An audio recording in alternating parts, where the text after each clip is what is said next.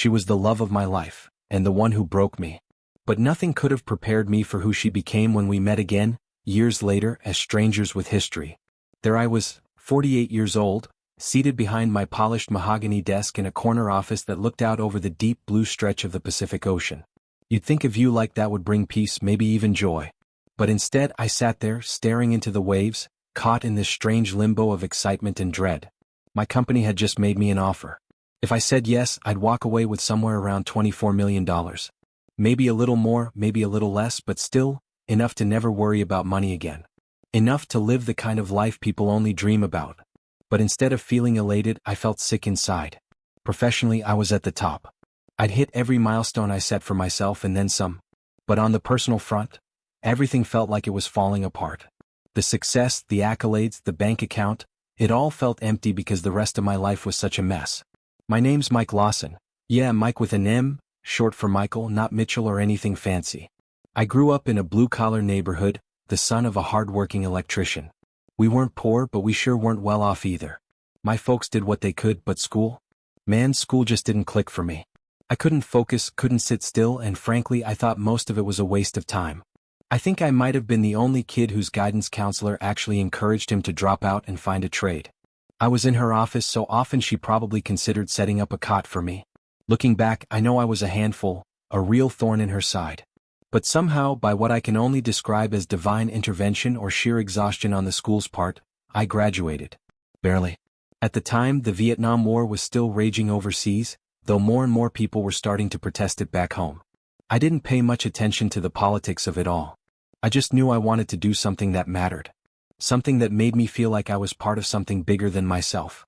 So, at 18, with more pride than sense, I signed up for a 3-year enlistment in the Army. My old man thought it was a solid choice. He'd always wanted me to learn a skill, something practical. As an electrician, he believed in hard work and real-world experience, and he figured the military might help me grow up a little. Vietnam was nothing like I imagined. People joke about places being the end of the world, but if the universe ever needed a place to shove a nozzle and give Earth an enema, I'm convinced Vietnam would be first in line. I spent over 18 months there doing everything I could to survive, until a piece of shrapnel tore through my back during a firefight. It messed up a couple vertebrae and did some damage to my insides too. After that, I got shipped back home and spent a couple months laid up in a veterans hospital, trying to heal in more ways than one. When I was finally discharged from the hospital, the doctors gave me what you might call a mixed blessing. No, I wasn't dealing with incontinence, thank goodness for small miracles, and the limp I had wasn't too bad. Even now, most people barely notice it. That was the upside. The downside? Well, I'd lost my leg below the knee. But with the prosthetic they gave me, I learned to move pretty well. Not quite the same as before, but close enough to fool most folks on a good day. Out of the blue, I got a call one day. It was from Ben. He'd managed to track down my number through my parents. "Mike, you won't believe this," he said, practically buzzing through the phone. "I'm in California now, and guess what? I got accepted into Caltech. I'm finally going to study architecture. My dream's really happening. I'm going to be an architect, man." I couldn't help but laugh, loud and long. Ben always had this tough guy persona, like someone out of a mob movie, but truth be told, he was probably the sharpest guy I served with, maybe even smarter than the officers. I always knew he had it in him. Then there was Kimberly. Yeah, Kimberly. Even now, the name still sounds like it belongs on a perfume bottle or an invitation to some fancy garden party. The first time I saw her, she looked like something out of a fashion magazine. Perfectly fitted jeans, a soft, tasteful top, and those delicate diamond earrings that sparkled just enough to remind you she wasn't from my world. I'll admit it, something in me twisted a little when I saw her. I didn't grow up around people like that. And even though it was unfair of me, I judged her right then and there. She felt it too. When our eyes met, she flushed, just a faint pink across her cheeks, like she caught a glimpse of my unspoken resentment. I quickly turned away and headed to get a drink, unsure how to handle what I was feeling. We ended up getting close, talking more and more. Marriage came up naturally in our conversations. It just seemed like the direction we were headed. But deep down, I had a nagging fear. How would she handle the truth about me? Not just the scars and the limp, but the fact that I couldn't have children. That part of me was gone. And for a long time, I couldn't even say it out loud. I just buried it inside. I'd done a little digging on her family. The Van Horns were part of America's aristocracy. Her father, Bernard Van Horn, owned one of the biggest construction empires on the East Coast, worth hundreds of millions easy. Her mother, Catherine, had bloodlines tracing all the way back to colonial Boston. These were people who didn't just attend galas, they hosted them. And here I was, a guy from a working-class home with a half-metal leg, about to step into a world where I'd always be the odd one out. Like brown shoes at a black tie event. Still, I knew I had to go through with it. It felt like something bigger than me had already set the path. And as Ben and I parted ways that day, his last words echoed in my head. Mike, don't let the past tell you who you are. Let it remind you of what you've survived. I'm proud of you, Mike, Bernard said, clapping a firm hand on my back. You keep doing well in school. And don't forget, I could always use a solid engineer on my team. He laughed, the sound booming in that classic confident way that came so naturally to him. Then he turned to Kimberly with a smile. Kim, you hold on to this one, you hear? Don't let him slip away. I couldn't help it, I grinned like a goof. Probably looked like Dopey from Snow White, sitting there with a goofy smile plastered on my face. See? I whispered to Kim as we rode back into the city, her head resting on my shoulder. Told you not to worry. They really like you.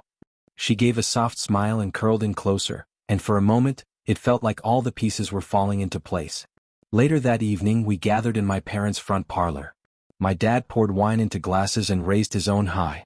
Mike, Kim, a toast. To a life full of happiness. May your days together be long and filled with laughter and love. Then he paused, his face shifting to something more serious. And, there's something I'd like to share. Your mother and I have sold the house. We're moving to Florida. I blinked, surprised. He continued, we bought a little 2-bedroom villa on the Gulf Coast. I've accepted a part-time job down there and honestly, we've had all we can take of these brutal winters. We'll be leaving before the end of the month. He raised his glass again. Cheers. I smiled or tried to and nodded. That's great, Dad. Really great. Later, Kim came to me, eyes shining, voice full of hope. Be happy for me, sweetheart. This is everything I've worked toward. It's finally happening. She was talking about her new job offer, an editorial position at a publishing house she'd been dreaming of. It was a big step and she'd earned it. I held back my unease and smiled, pulling her into my arms. You're gonna be amazing, babe. They'll see it soon enough. Before long, you'll be running the place as senior editor. She let out a happy laugh and twirled around the apartment, glowing with excitement. I stood there trying to match her joy, but deep down I couldn't shake this cold, creeping feeling in my chest, like a warning bell quietly ringing. The wedding itself went smoothly. Her parents insisted on paying for our honeymoon, a resort stay in Jamaica. At first, I felt awkward about it. I didn't want to seem ungrateful, but I couldn't ignore this nagging discomfort. It felt like another link in a chain I hadn't meant to start wrapping around myself. Kim and I had talked about it. I told her how important it was to me that we build our life independently, without relying on her family's wealth. She'd usually just wave it off, telling me I was overthinking things. But to me it mattered deeply. It was the one topic where we never seemed to fully agree. We had our share of arguments, sure, but there was one fight that really shook us. A big one. The kind that leaves the room cold even after the yelling stops. Kim was diving deeper and deeper into her career. She thrived on the pace, the creativity, the constant buzz of working with new authors. I could see how much she loved it. She lit up when she talked about discovering fresh talent or launching a new manuscript into the world. 2 years in, she was no longer an assistant. She'd earned her stripes and become a full-fledged editor. The promotion came with better pay too, and we were trying to save every extra penny for our next step, buying our own place. Since having kids was never going to be part of our story, we set our sights on something different. A sleek, luxury apartment in one of those towering high-rises in Center City. It had been Kim's dream for months, maybe longer. But in those months, something started shifting. She was either working long hours or buried in manuscripts and emails when she was home. It all got worse when she took on the release of Paul Thatcher's newest novel. Suddenly, Paul was all she could talk about. She was buzzing with energy, thrilled by the project, and honestly, I was happy for her, at first. Her passion was contagious. Still, after a while, I started feeling like a third wheel in my own marriage. Every conversation seemed to circle back to Paul, how brilliant he was, how talented, how refreshing his ideas were. I met him a couple of times. Tall, polished, the kind of guy who probably modeled in college catalogs. But there was something about him, something slick, almost smug. And I swear I could sense that he looked down on me for being just an engineer. Maybe I was reading too much into it, but maybe I wasn't. A few days before our anniversary, I made a decision. I left work right on time for once, thinking I'd surprise Kim at Crown Publishing. Maybe we could grab dinner, spend some time together, reconnect. I was hoping to talk about stepping back from work a bit, both of us, and start focusing on us again. But when I arrived, I must have hit the wrong button in the elevator. I ended up on the executive floor. As I stepped out, I ran right into James Frost, the executive VP. He smiled as if he hadn't seen me in ages and patted me lightly on the shoulder. "Mike, good to see you." "Been a while," he said warmly. "Hey Jim," I responded, caught off guard. What happened after that changed everything. The conversation was quick, but it was enough. Enough to shake me. To unravel the threads I'd been trying so hard to hold together. I never thought our marriage would be perfect, but I also never thought I'd be staring infidelity in the face. I didn't want to act on emotion alone, but I also didn't want to pretend everything was fine. Part of me, maybe a petty part, wanted people to know what she'd done. I wanted the truth out there for people to see who she really was behind the polished exterior. That night, I lay in bed alone, my pillow growing damp with tears. My mind drifted back to the first time I saw her, to the laughter we shared in those early days, to the woman I once adored without question. I missed that version of Kim so deeply. And I couldn't help but wonder, where had she gone? I was up before dawn the next morning, running on nothing but nerves and stale coffee. The office was quiet, the kind of quiet that makes you feel lonelier than usual. I sat across from the attorney, a middle-aged guy with a soft voice and tired eyes. He looked at me and I could tell there was something in his expression.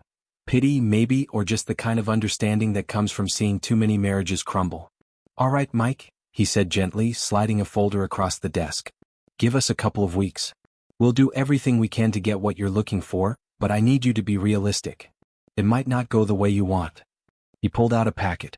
"This is an overview of our firm, our fee structure, and the standard contract. Take your time reading through it. If everything looks okay, sign and return it with a check. We'll get started on Monday." I nodded, barely listening, shook his hand, and walked out with the folder under my arm like it weighed 1,000 pounds. Each evening around 5, maybe a little after, Kim would come home like clockwork. Whatever had been going on with Paul seemed to be over, at least from what I could tell. But honestly, I didn't care anymore. The damage had been done. The version of our marriage I once knew was gone, and no amount of regret could rewind the clock. Still, it did look like she was trying. She came home earlier, made dinner some nights, and her eyes, they carried something I hadn't seen in a while. Worry. Maybe even guilt.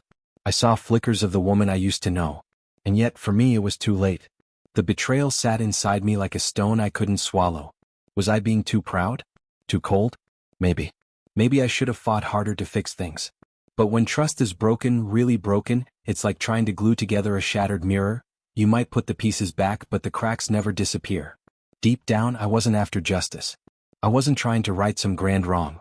I just wanted her to feel a fraction of the pain she'd handed me. I wanted her to know what it felt like to lose something that mattered. So I called John Kramer, a lawyer I knew casually, and asked for an appointment. His assistant told me he was out of town but would be back in about 10 days. I booked the first available time. It was time to put an end to this. While I waited, Kim and I moved around the house like strangers. We avoided big conversations. We kept the peace like two roommates clinging to silence. But then something happened. Just a few days before my meeting with Kramer, I came home from work, dropped my keys on the counter, and was about to hang my jacket when Kim came bursting through the front door, her face pale and her breath coming fast. She looked like she'd run straight from the office. Tears streamed down her cheeks before she even said a word. "Mike, I don't even know where to start." She was shaking, her voice raw. I got so swept up in everything, my job, the attention, the excitement, I didn't see what I was becoming. I didn't see what I was losing. I stood still, arms at my sides, unsure of what was coming next. She choked on her next words.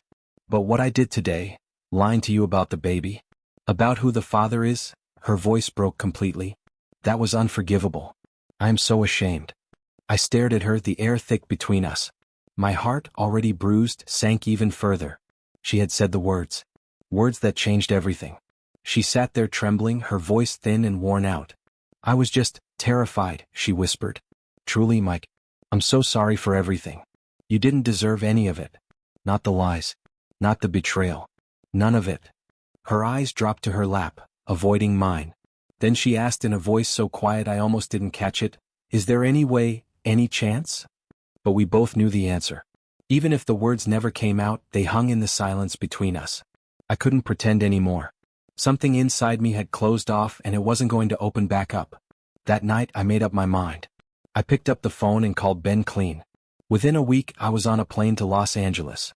Ben had already submitted my resume to the engineering firm where he worked, and by the time I landed, I had a job lined up. A fresh start. A different coast. A new beginning. Ben and his wife Rachel let me stay with them for a couple of weeks while I got my footing. Ben and I had gotten married around the same time, but unlike me he'd found a partner who really matched him. Someone solid, kind, grounded. Rachel didn't know me well, but we'd exchanged small talk over the phone a few times when I'd called Ben. She greeted me with warmth, like I was a long-lost cousin or someone she'd always known. They didn't have to open their home like that, but they did. And it meant more than I could ever say. I eventually found an apartment not too far from my new job, but Ben and Rachel kept inviting me over on the weekends. At first I thought they were just being polite. But after a while it became our thing. I spent almost every Saturday or Sunday at their place. We shared meals, swam in their backyard pool, hung out on the patio. Honestly, it felt more like family than anything I'd known in a long time. Not even like family, it was family. But over time something changed. Subtle at first, then harder to ignore. Ben and Rachel started asking more personal questions. About my dating life, how I was really feeling, what I wanted out of this new chapter. I shrugged most of it off. I wasn't ready. I still felt broken in ways I couldn't quite explain. Then one weekend, things got weird. We were lounging at their house when Rachel suddenly turned to me with this intense look in her eyes. Ben had stepped out to grab something and she leaned forward. "Mike," she said, "you've got to start living again." Before I could respond, she stood up, untied her robe and let it fall to the floor. I froze, heart thudding, face flushing. My mind scrambled to make sense of what was happening. She stepped closer and gently took my hand. I couldn't even move. I was paralyzed, confused, embarrassed, scared. Then she spoke softly. "Don't worry, Mike. I'm not going to do anything you don't want." Ben and I just thought, maybe something dramatic would help shake you out of this numbness. Wake you up. Then just like that she stepped back, put her robe on again and tied it. I sat there stunned, unable to find the words. Part of me was angry. Another part just didn't know how to process it. After that day, I knew I needed something to pull me back into myself. So, I enrolled in a cooking class at the local community college. I figured if nothing else I'd stop burning toast. I even considered joining a library book club but talked myself out of it. Baby steps. Still I started rebuilding. Slowly. A few casual dates. Some new friends. Work kept me busy and I found myself settling into a rhythm. A life that was mine again. And without realizing it, 2 years had gone by. I had relocated to the West Coast, chasing what I hoped would be a fresh start. But was I happy? Honestly, I didn't know. Maybe I was too numb to tell. Then one afternoon, everything changed again. I got a call from Katie, my younger cousin. She was frantic. My mom had collapsed at home. Katie had called 911 right away. When the paramedics arrived, they rushed my mom to the ER. They ran tests, hooked her up to an EKG, and an interventional cardiologist happened to be on call. He found multiple blockages. It was serious. She was scheduled for open-heart surgery later that week. I bolted for the door, ready to hop the first flight home, but Katie stopped me. She looked me square in the eyes, calm but firm. "Mike, wait for me," she said. "Give me 15 minutes to get dressed and ready. I'll go with you." Her steadiness grounded me. That moment, seeing how close I'd come to losing my mom, snapped everything into focus. I knew I couldn't live across the country anymore. I quit my job and made arrangements to move back home. Ben, always dependable, stepped in without hesitation. He contacted a moving company to handle the packing. They picked up everything from my apartment and even gathered my things from my desk at work. He arranged for my car to be shipped down to me. Rachel coordinated the details. I was overwhelmed by their generosity. Once I got home, I was relieved to see my mom recovering. She still tired easily, often needing a nap in the afternoons, but her spirit was strong. I could see her determination. I stayed close, helping out however I could, just grateful to have time with her. Work came unexpectedly. I'd taken on a freelance project just to keep busy, thinking it'd be a one-time gig. But the client was happy and word started to spread. Soon I had more offers and I found myself expanding, first a small team then another office. Eventually we occupied an entire floor in a newer high-rise downtown. We'd hit a building boom and somehow I timed it perfectly. Projects poured in. I didn't question the luck, I just worked harder. Amid all this, there was someone I didn't expect to cross paths with again. It happened at a conference I was speaking at. I'd warned one of the guests, kindly but clearly, that she might want to reconsider attending a certain breakout session. She had seemed grateful but flustered, and I figured that was that. A week later, I was finishing up a talk when someone approached me quietly from the side. "Hi," she said softly, almost shy. "My name is Mary Black. I just wanted to thank you for what you said last week. It saved me from a really uncomfortable situation. I really appreciate it." I turned and smiled wide. "You're very welcome, Mary." "I've been practicing," Mary said with a gentle smile, "and as a reward, how about lunch with me instead of the usual bouquet?" Caught me off guard, but I smiled back. There was something sincere in the way she said it. A little spark, like the early days of something new, even if we'd been well beyond that stage. That night, I brought a bottle of wine to dinner.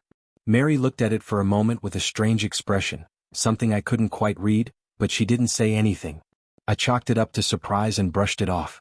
Dinner was quiet, comfortable. I poured us each a glass.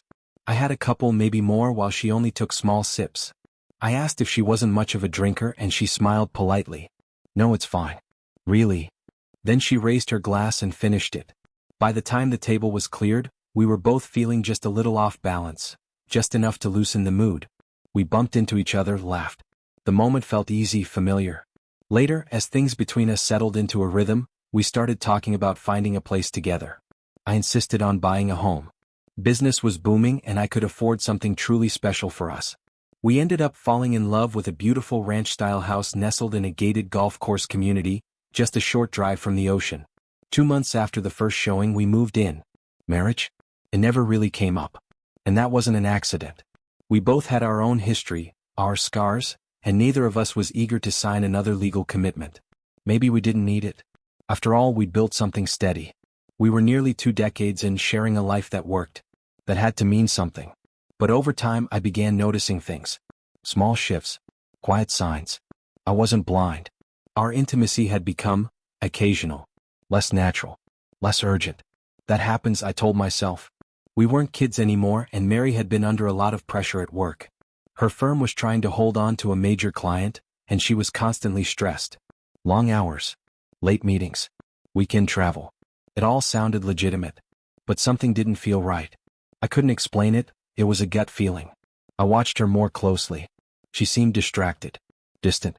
And her business trips? They were starting to feel too frequent, too convenient. One night, after she told me she'd be out of town again, I sat alone at the kitchen table and let my doubts take hold. Maybe I was overthinking. Maybe not. But I needed answers. I wasn't going to sit in the dark anymore. So I made a call. We never married, not officially anyway. But after so many years together, sharing a home and a life, it might as well have been a marriage. That, of course, added some legal complexity when it came to separating things. My attorney mentioned that our long-term cohabitation could blur the lines in court. "Try to talk with her," he said. "See if you can both come to an agreement without dragging it into litigation. It'll be cleaner, less painful." I kept those words in mind. That Friday, after we'd finished a quiet dinner, just pizza and a few half-hearted comments, we sat in the living room. The TV was on, but we weren't watching. The silence between us was heavier than the air. Then I finally asked the question I'd been carrying for weeks. "How long have you been seeing him?" I said, not angry, just tired. Mary looked up, startled. Her eyes darted, then settled into something almost resigned. She didn't deny it. She didn't even pretend. That silence, that stillness, said more than words ever could. I sat there, swallowing the weight of it. I could have screamed, could have broken something. But instead, I just nodded slowly and muttered to myself, "Okay. So this is it." "Mary," I said, my voice low and even, "I'll be sleeping in the guest suite tonight. I'd appreciate it if you could start looking for your own place. Move out when you can." She didn't protest. Maybe she knew there was nothing left to say. "We'll tell people we just drifted apart," I added. That it was mutual. People like my mom and, of course, Stacy. Stacy. That part broke me the most. I knew how close she'd grown to Mary over the years. I dreaded what this would do to her. Feeling like I had aged 10 years in one conversation, I got up and walked to the bedroom with my shoulders heavy, my spirit worn. The next morning, I buried myself in work. I needed the distraction. I couldn't sit with the thoughts too long or I'd fall apart. But as the day went on, a darker feeling began to boil beneath the surface. I couldn't shake it. I had Howard Branch's address, Mary's little secret. And I knew exactly where he lived.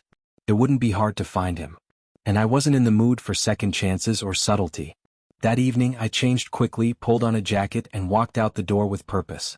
It took me about 45 minutes to reach the neighborhood, a worn-down part of town, the kind of place you drive through without stopping. His building looked tired, broken down, a reflection of everything I felt. I knocked on his door. What happened next? I won't go into detail. Let's just say my methods weren't civilized. They were driven by something raw and feral, part justice, part revenge. I wasn't proud of it, but I wasn't sorry either. I did what I felt had to be done. Howard Branch was out of the picture. The next day I had to face the aftermath. Talking to my mom was hard enough. Talking to Stacy? Even harder. She was confused, upset. I could see the worry behind her questions, but I kept things vague. I wasn't going to drag her through the mess. She offered to fly home immediately, but both Mary and I insisted she stay at school. Eventually she relented, though I knew her heart was still with us, trying to understand a story she'd only been told pieces of. He looked a little older, of course. His hair had gone fully silver and the lines around his eyes had deepened, but he still stood tall, still carried that quiet authority. It was Bernie Van Horn. He was younger than I expected, certainly not as aged as I imagined for someone in his 70s.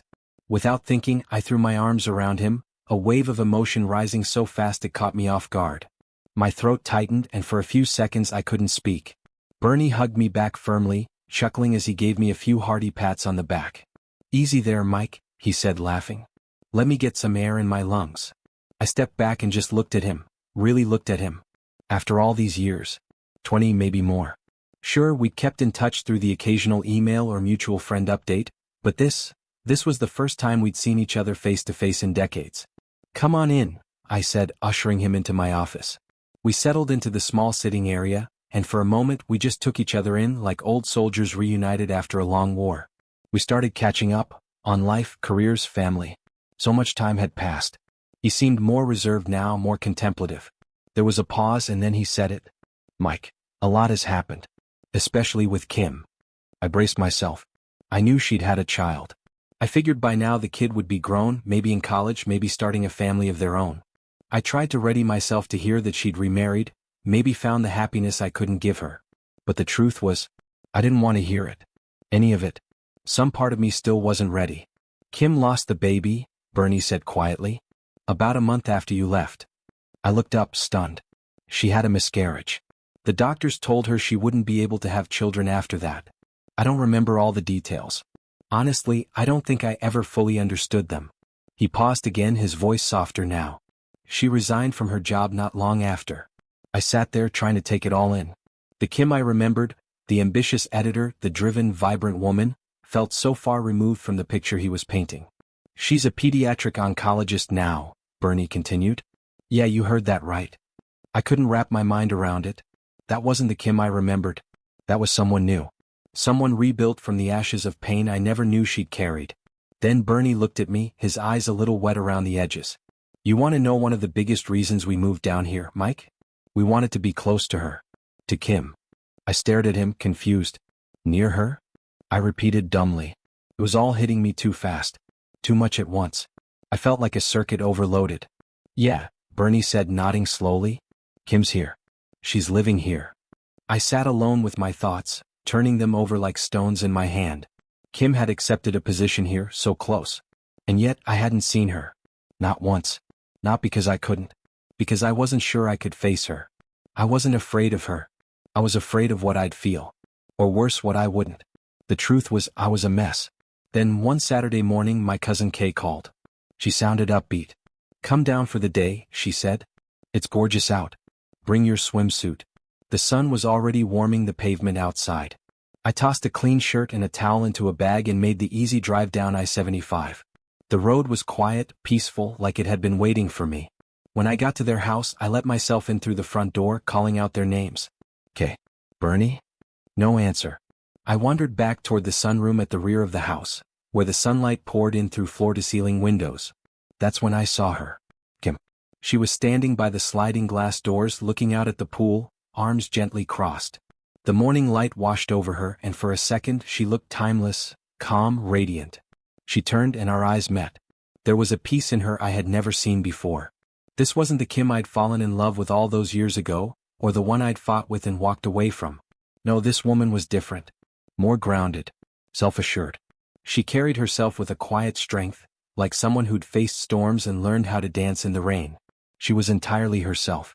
And for the first time in years I wanted to know her again. We spent the day together, just the two of us. She made lunch, something simple but elegant, and we ate by the pool talking about everything and nothing. The conversation flowed with ease, the kind that only comes when both people have nothing left to prove. I caught myself smiling, laughing even, and slowly I felt something shift. I wasn't looking at a memory anymore. I was looking at a woman, present, whole and real. And I was surprised to find myself drawn to her, not just out of nostalgia but as she was now. Not the girl I once loved. The woman she had become.